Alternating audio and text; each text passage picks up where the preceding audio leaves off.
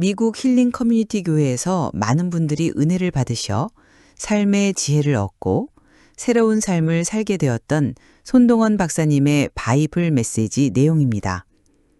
오늘 여러분과 함께 시간이 많다는 것은 착각이다 라는 바이블 메시지를 통해 함께 은혜를 나누고자 합니다. 유명한 신학자 디트리 본회퍼는 이렇게 말했습니다. 값싼 은혜는 교회의 적이요. 값진 은혜야말로 교회의 보물이다. 손동원 박사님이 이렇게 말씀하셨습니다. 구원은 값진 은혜이며 이 은혜를 받는 것은 시급한 일이라고 하셨습니다. 많은 사람들이 구원을 내일로 미루고 모레로 연기하며 살아갑니다. 하지만 성경은 분명히 말씀하고 있습니다. 보라, 지금은 은혜 받을 만한 때요. 보라, 지금은 구원의 날이로다. 고후 6장 2절. 카이로스라는 헬라어는 하나님의 때, 절대적인 시간을 의미합니다. 우리의 구원은 바로 이 카이로스의 때에 이루어져야 합니다. 손동월 박사님은 이렇게 말씀하셨습니다. 시간에 대한 착각이 영혼을 멸망으로 이끈다고 하셨습니다. 야고보서 4장 14절은 말씀합니다. 내일 일을 너희가 알지 못하는도다. 너희 생명이 무엇이냐? 너희는 잠깐 보이다가 없어지는 안개니라. 우리의 삶은 안개와 같습니다.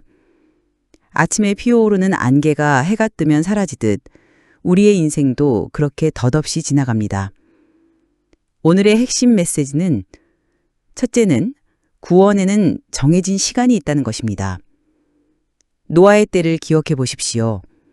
하나님께서는 노아에게 방주를 만들라고 하셨고 120년 동안 회개하라고 외쳤습니다. 하지만 사람들은 먹고 마시고 장가들고 시집가며 평상시와 같이 지냈습니다. 마태복음 24장 37절에서 39절에 기록된 바와 같습니다. 그러나 하나님의 인내에는 한계가 있었습니다.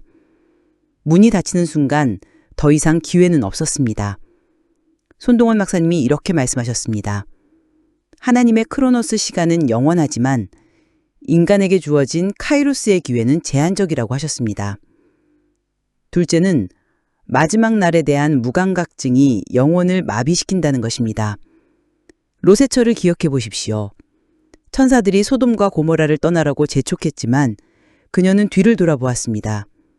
누가복음 17장 32절은 롯의 철을 기억하라고 경고합니다. 그녀는 심판의 임박함을 알면서도 세상에 대한 미련을 버리지 못했습니다. 아낙시아는 헬라어로 무감각을 의미합니다. 영적인 아낙시아는 우리를 멸망으로 이끕니다.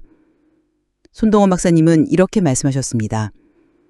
마지막 때의 징조들이 이미 나타나고 있는데도 많은 사람들이 영적으로 잠들어 있다고 하셨습니다. 셋째는 시간을 허비하는 것이 가장 큰 죄라는 것입니다. 5처녀의 비유를 보십시오. 마태복음 25장에서 미련한 5처녀는 기름을 준비하지 않았습니다. 신랑이 올 때를 알았음에도 불구하고 게을렀습니다. 문이 닫힌 후에 나머지 처녀들이 와서 이르되 주여 주여 우리에게 열어주소서라고 외쳤지만 이미 때는 늦었습니다. 템푸스 퓨기트는 라틴어로 치가는 도망간다는 뜻입니다. 손동원 박사님이 이렇게 말씀하셨습니다.